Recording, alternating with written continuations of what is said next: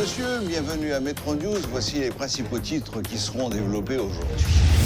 Poursuite des affrontements entre le gang de Grand Ravine et celui de Thibois ces derniers jours. Au moins 2 personnes ont été tuées et plusieurs autres blessées. L'Office national de l'identification dément les rumeurs selon lesquelles la carte produite par la compagnie Dermalog permet la géolocalisation de ses détenteurs. Le gouvernement doit adopter de nouvelles dispositions afin de limiter la propagation du coronavirus, selon le docteur William Pape, Bill Pape, le coprésident de la commission multisectorielle de la gestion de la crise du Covid-19, préconise un report du référendum annoncé.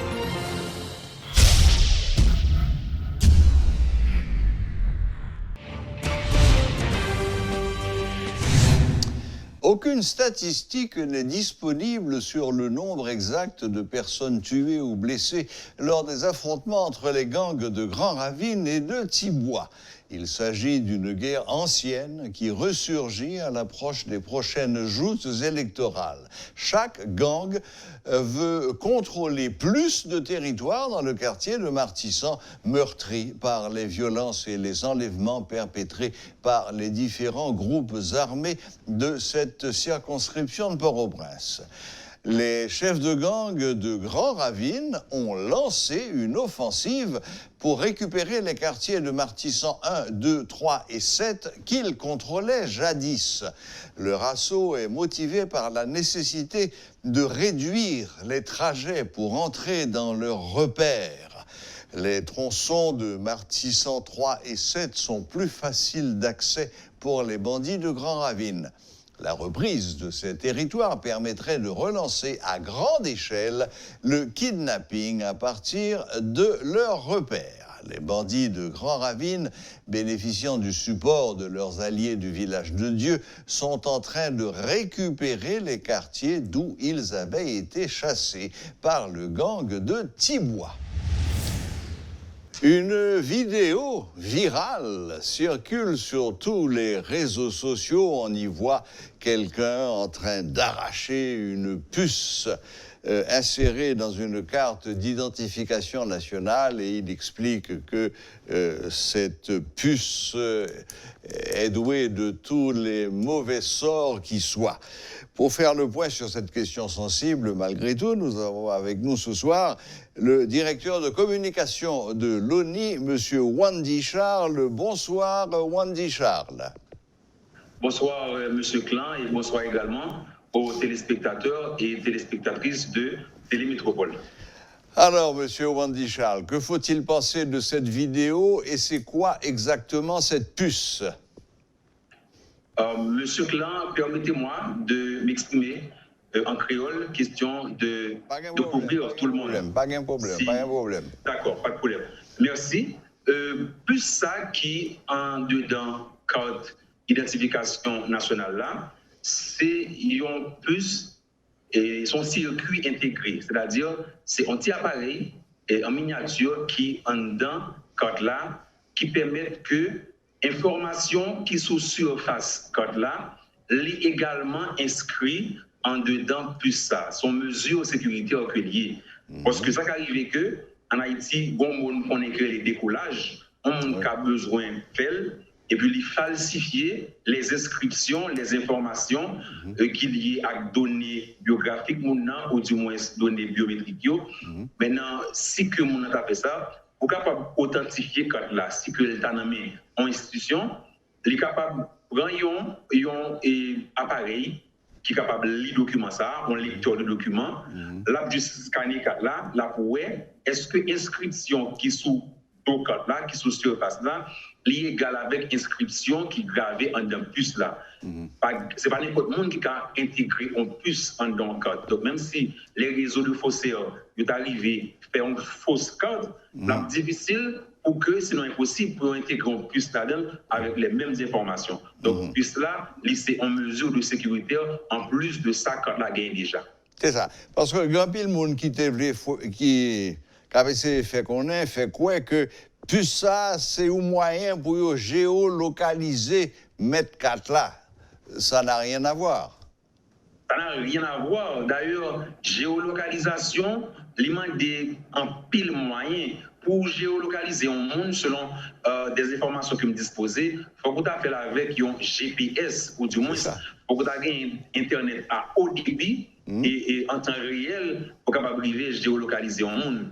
Seulement avec on puisse intégrer sur un code, ce n'est pas possible. Et c'est très coûteux. Et question de surveillance et de géolocalisation. Et si vous regardez, M. Clan, vous regardez partout à travers le monde, quand à plus très à la mode. Et la France, c'est un pionnier et dans la question. Et même en Haïti, on va regarder les codes de crédit et on va voir les gagnants plus intégrés là-dedans. Et dans tous les pays du monde, actuellement, si que nous avons besoin d'un document qui est sécurisé, c'est difficile pour que les pas gagnent plus là-dedans. Donc, ce n'est pas nous-mêmes qui venons avec, c'est une technologie qui existait déjà et que le ONI, si un contrat, il était exigé que nous gagnions une technologie ça pour nous capables de gagner un code qui est standardisé. Bien, bon, c'est ça, je suspecte que tout le monde qui a un minimum de bon sens te connaît. Donc, en résumé, puce là, c'est pas un moyen de géolocaliser. C'est au contraire un moyen pour sécuriser 4 là, parce que le renseignement qui est écrit sous 4 là lui-même et que il faussaire, qu'a facilement falsifié, copié, et même renseignement ça y en dans puce là, point barre. Pas bien plus que ça. Aussi simple que cela. Mais en plus, c'est pas un bagage que nous découvrir parce que Jean-Ly circule les réseaux, c'est comme quoi on est de mon bagage et puis bon monde qui découvre, n'est pas vrai du tout. Bon. Depuis janvier 2019, moi-même personnellement en tant que directeur de communication de ONI, moi été annoncé que la nouvelle code parmi et tout ça l'a gagné comme innovation. La gagnant plus là-dedans. Et gagnant pile magazine, gagnant pile journal, et je même parlé avec Radio Télé Métropole, et nous avons déjà annoncé que ce sera une carte à plus. Donc, il n'y a pas aucun secret, ni ce n'est pas une découverte que nous fait.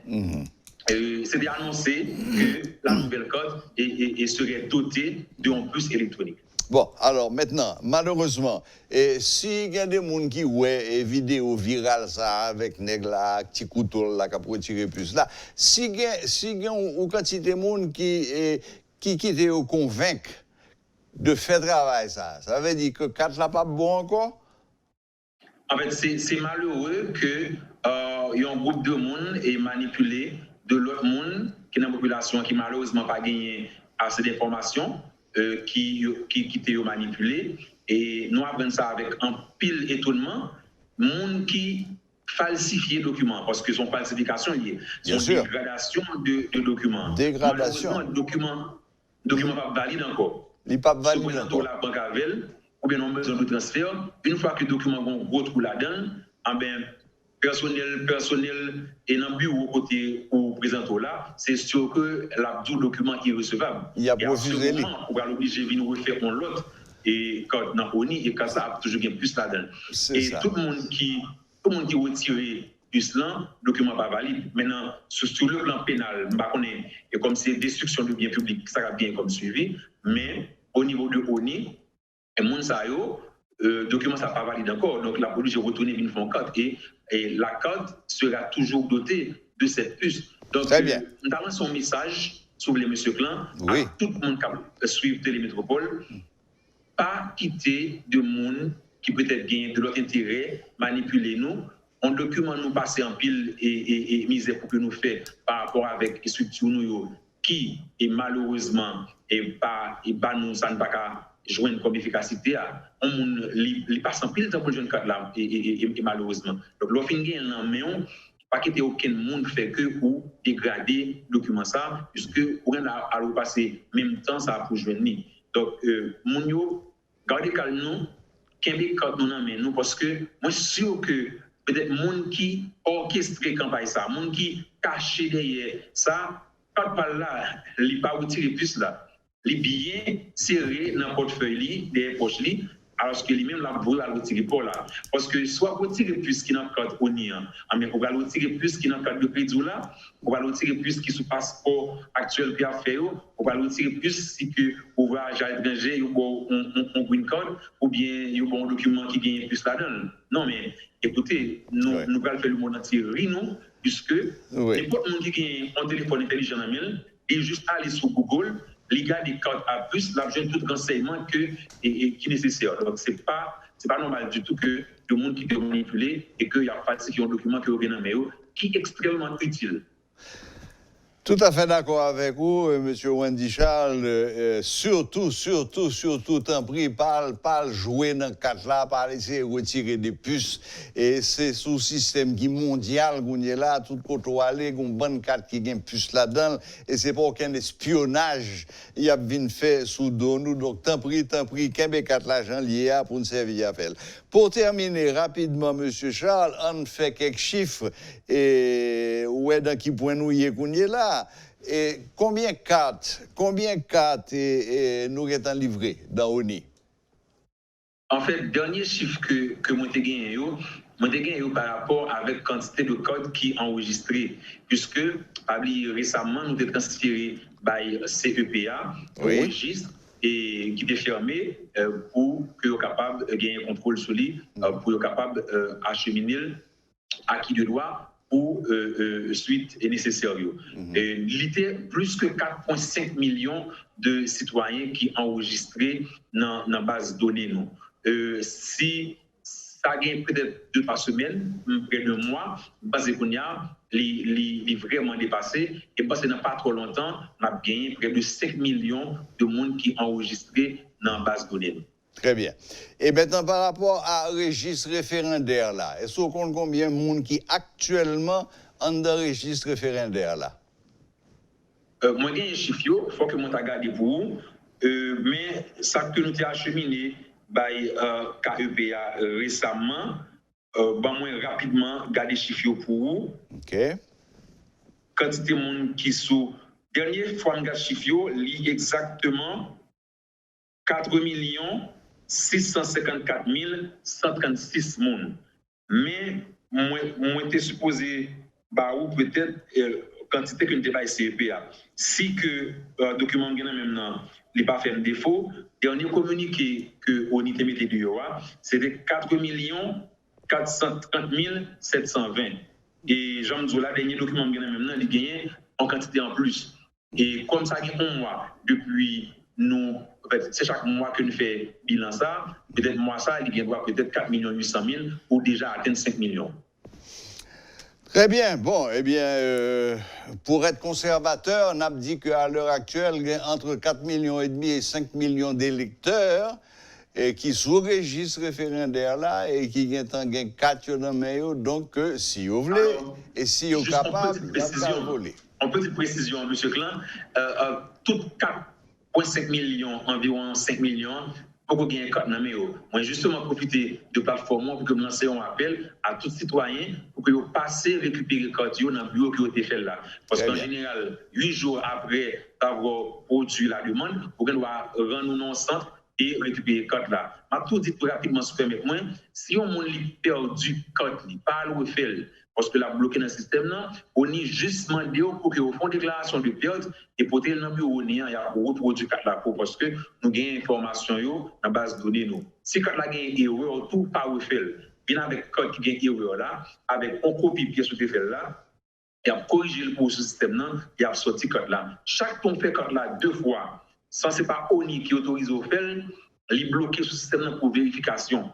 Donc, pas amuser à faire code là plusieurs fois, même si vous n'avez pas joué pour une patience, relais 8822, ou du moins à sous site nous, www.oni.gouv.ht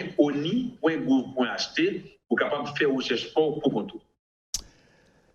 Eh bien, c'est parfait, et monsieur Charles. Donc, je vais répéter rapidement.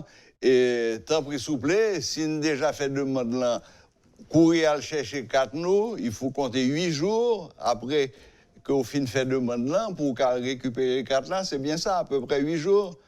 Mais dans ce côté allé à. Justement. Très bien.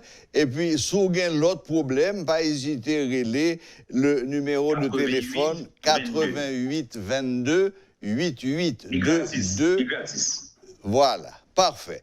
Eh bien, merci beaucoup, et M. Charles, merci de ce que vous êtes disponible pour nous, même si c'est par visioconférence, et pour nous des explications et des clarifications sur l'affaire de puce là.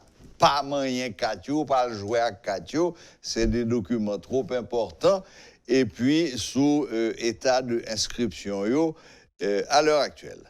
Merci beaucoup, bonne fin de journée. Merci, M. Clan, c'était un plaisir. À bientôt.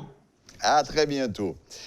D'accord. Voilà, c'était Monsieur Wandy Charles, directeur de communication de l'Office national d'identification, l'ONI, qui nous disait ce qu'il faut penser de cette vidéo où on voit quelqu'un en train d'arracher la puce sur la carte. Surtout, ne faites pas ça, pas fait ça, quand là-bas, vous rien encore.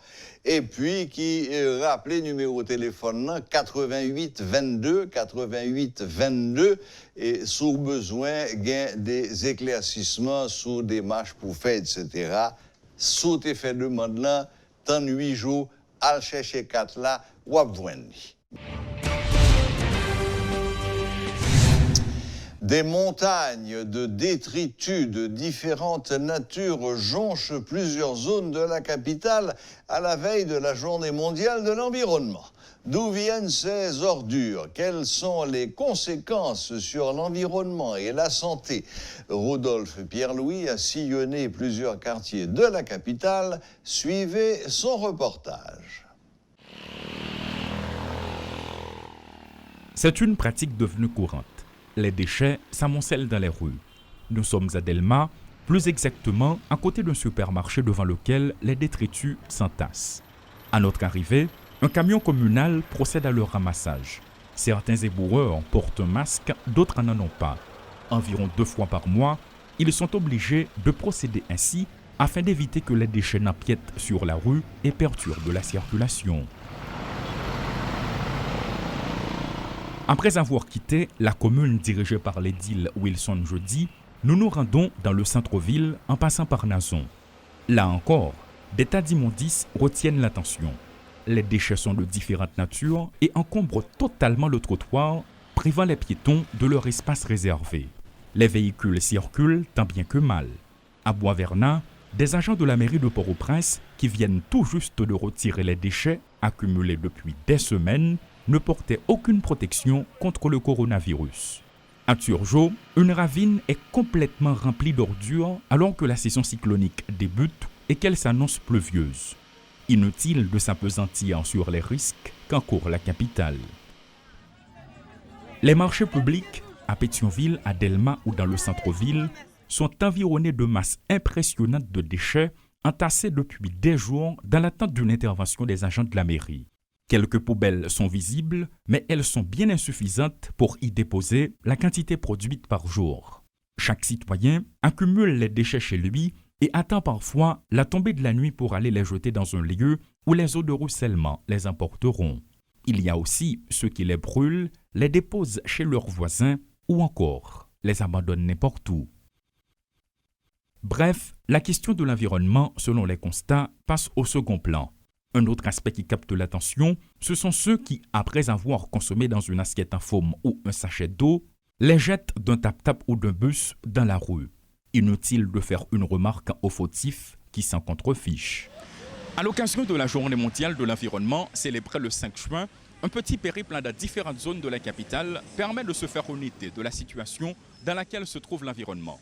Plusieurs activités s'organisent un peu partout, mais au final, la tendance laisse croire que c'est pour marquer la date. Selon les constats, il n'y a rien de concret. Aujourd'hui, la mairie enlève une montagne de déchets alors que demain, elle y est pour la plus belle. Est-ce par manque de sensibilisation ou les citoyens ne sont-ils plus conscients des risques que cela représente? Certains vont plus loin dans leur réflexion en se demandant s'il est nécessaire de continuer à célébrer cette journée en Haïti. Elissi Dieulassant et Rodolphe Pierre-Louis pour Télémétropole. Le 5 juin ramène tous les ans la Journée mondiale de l'environnement. Pour faire le point sur ce dossier particulièrement sensible en Haïti, Nous avons avec nous ce soir en visioconférence le ministre de l'Environnement, M. Abner Septembre. Bonsoir, M. Septembre. Bienvenue sur Metro News. Bonsoir, M. Plan. C'est un plaisir d'être avec vous ce soir sur Metro News. Bonsoir, téléspectateurs de Télé Métropole. Voilà, eh bien, commençons par le commencement. Est-ce que vous avez prévu des manifestations particulières demain pour cette journée mondiale de l'environnement? En fait, on avait toute une programmation pour la semaine parce qu'on voulait faire une semaine de l'environnement liée à la mondiale de l'environnement. Malheureusement, au dernier moment, on a fait une autre décision à la mesure où on enregistre dans ce pays, en Haïti, donc une montée de du coronavirus. Donc à ce moment-là, on a décidé autrement. Donc alors, on a privilégié des activités de planter de l'eau, c'est ce qu'on appelle un peu le reboisement, en certains endroits du pays. Et ça a démarré depuis le 1er juin.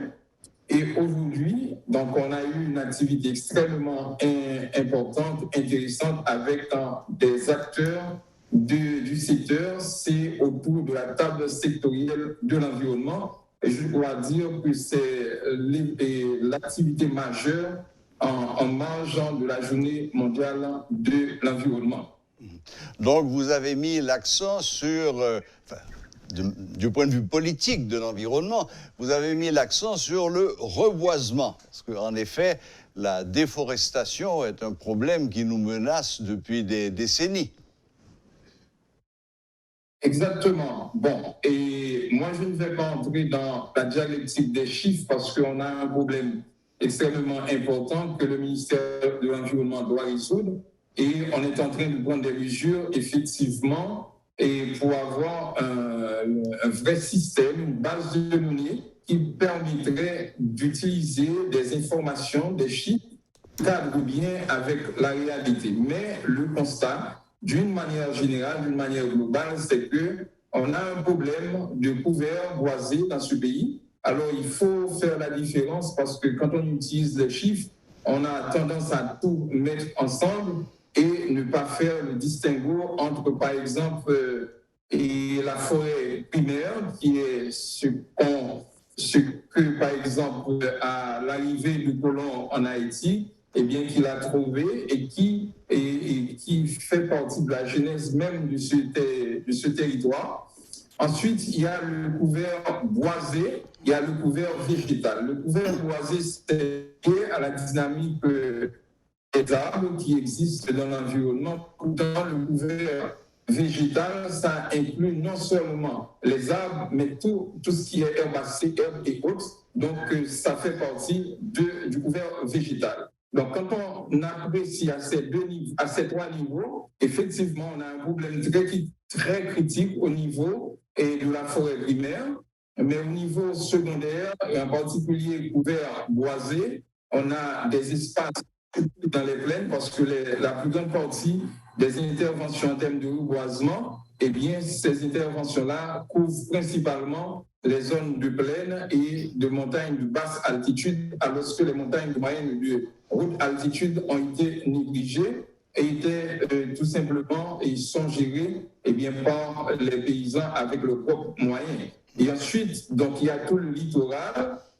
Et en quelque sorte, donc au niveau couvert végétal, c'est beaucoup plus important, même si on peut reconnaître un problème à ce niveau-là. Oui, en effet, vous faites bien de distinguer la couverture forestière du couvert boisé et du couvert végétal. C'est extrêmement important parce que les chiffres concernant la couverture forestière, la forêt primaire, sont extrêmement inquiétants. On dit qu'à l'époque de la colonisation, cette couverture forestière représentait plus de 95% du territoire et qu'aujourd'hui, elle serait tombée aux environs de 2-3%. C'est effrayant. Exactement, d'où l'importance d'agir. Et c'est pourquoi le ministère de l'Environnement vient avec un programme décennal et 2021-2030 et qui cadre bien avec la décennie des Nations Unies pour la restauration des écosystèmes, programme décennal que nous appelons planter à récolter de l'eau. En fait, le jargon planter de l'eau, c'est à la fois mettre l'accent sur le rôle de l'eau et des arbres dans la production de l'eau en quelque sorte, mais surtout l'intérêt de l'eau pour et à différents niveaux, que ce soit pour les producteurs en termes d'agriculteurs, mais pour les producteurs industriels, pour les producteurs touristiques et de loisirs et tout. Donc, il faut des arbres dans l'environnement, il faut protéger, il faut restaurer en quelque sorte l'environnement, et ça, c'est un travail que le ministère de l'Environnement ne pourra pas faire seul. Donc, le ministère a un rôle surtout à jouer à partir de la nouvelle configuration qui a été précisée par le nouveau décret organique du 16 septembre 2020, qui fixe les attributions du ministère comme étant responsable non seulement de la gestion de la protection de l'environnement, mais particulièrement de ce qui a à voir avec la normalisation et la réglementation d'un côté, plus la régulation et la facilitation. Donc à ce moment-là, il faut qu'il y ait des acteurs qui interviennent et sur le terrain. Non seulement il y a des organismes déconcentrés du ministère, mais il y a les autres acteurs, que ce soit au niveau national, que ce soit au niveau international, qui interviennent en Haïti, qui sont concernés. Mais il y a un acteur particulier de grande importance pour nous, ce sont les acteurs de proximité, et c'est ainsi que le ministère de l'Environnement travaille au renforcement de cet acteur. Par exemple, il y a les organisations de la société civile de tout type, mais également il y a le comité de participation citoyenne pour l'environnement, et qui est un acteur en gestion et qu'on essaie de...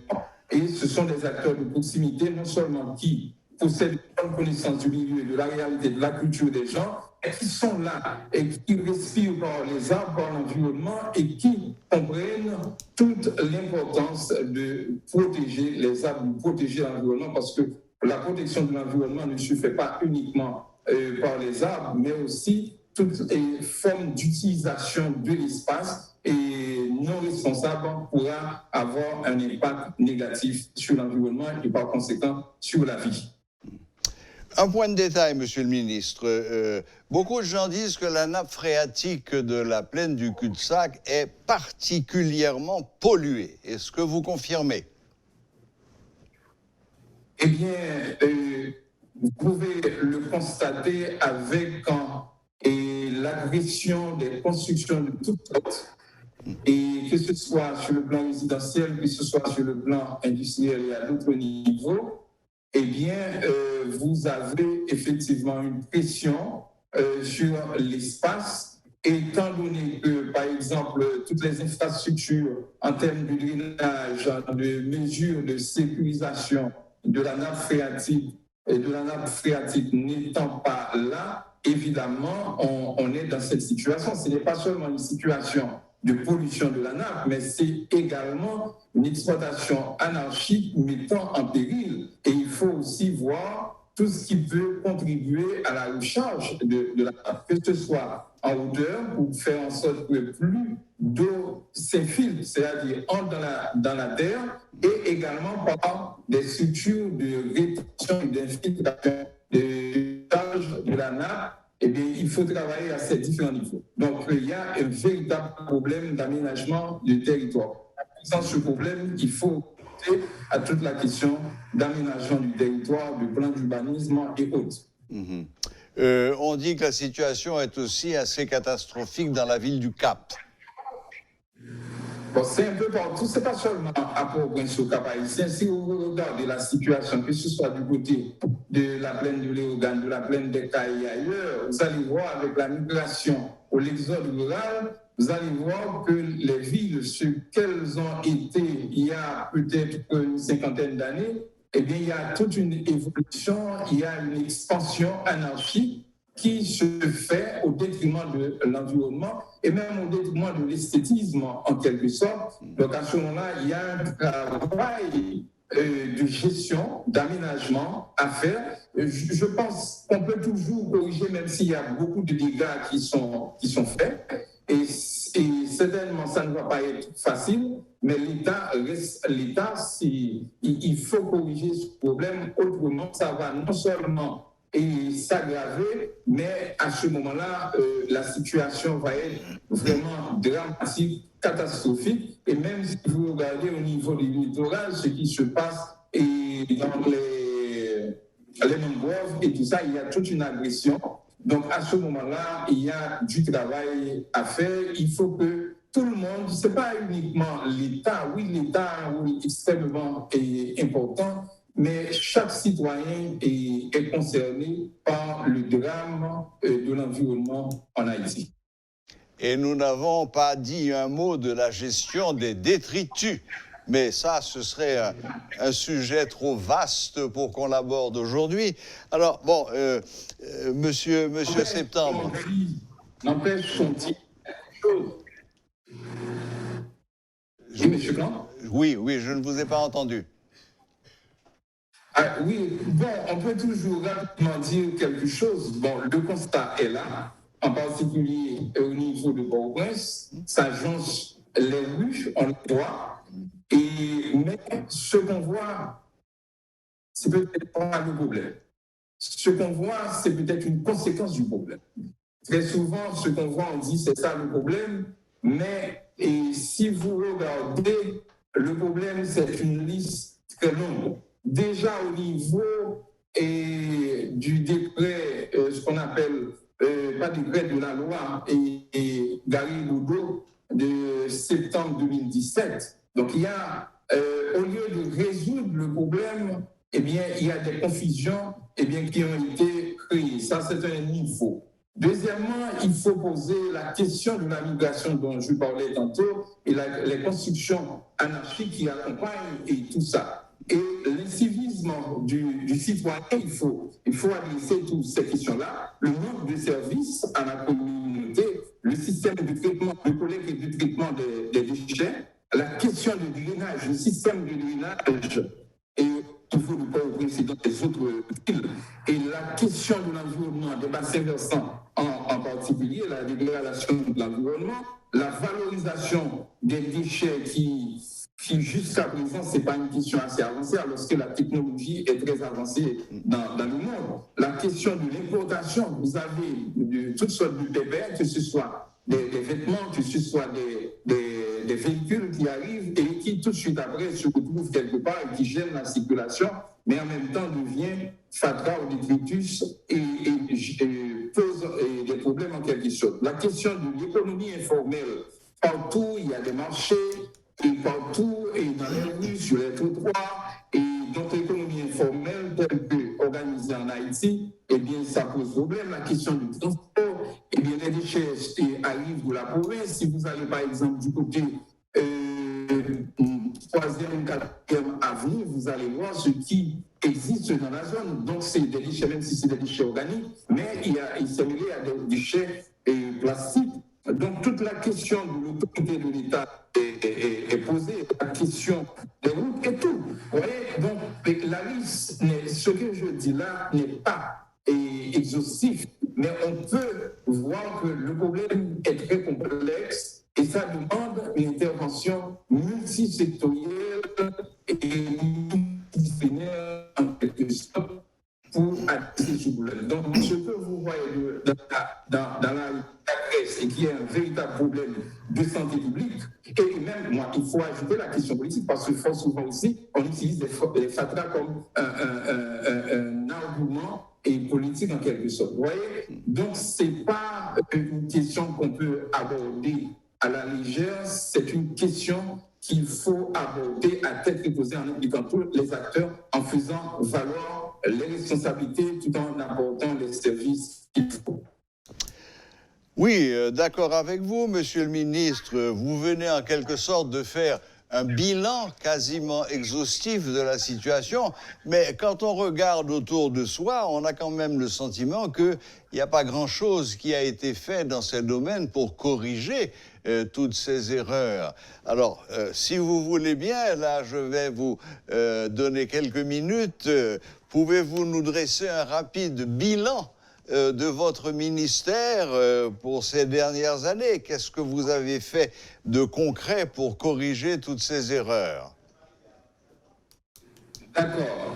Bon, d'abord, je vais voir ce que je peux dire en une minute, mais avant même d'y arriver, c'est peut-être dire que la question des déchets tels que définis à travers le monde, parce que c'est ça qui existe, la loi d'Aribodo, et il y a les municipalités qui sont concernées, il y a le SNGS et les acteurs privés en quelque sorte. Vous voyez, le ministère de l'Environnement est comme d'autres ministères, membre et président du conseil d'administration de SNGS qui est chargé lui-même du ramassage et collecte et traitement des déchets.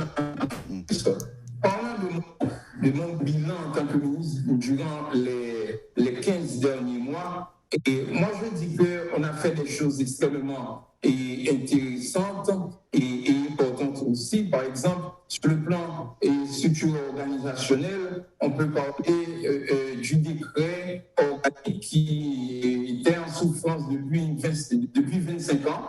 Et grâce au travail réalisé avec mon staff, avec les cadres du ministère et d'autres acteurs, eh bien, on a pu faire le plaidoyer et finalement, on a ça. Il y a des décrets, le décret sur l'éducation relative à l'environnement, il y a 7 arrêtés sur les aires protégées.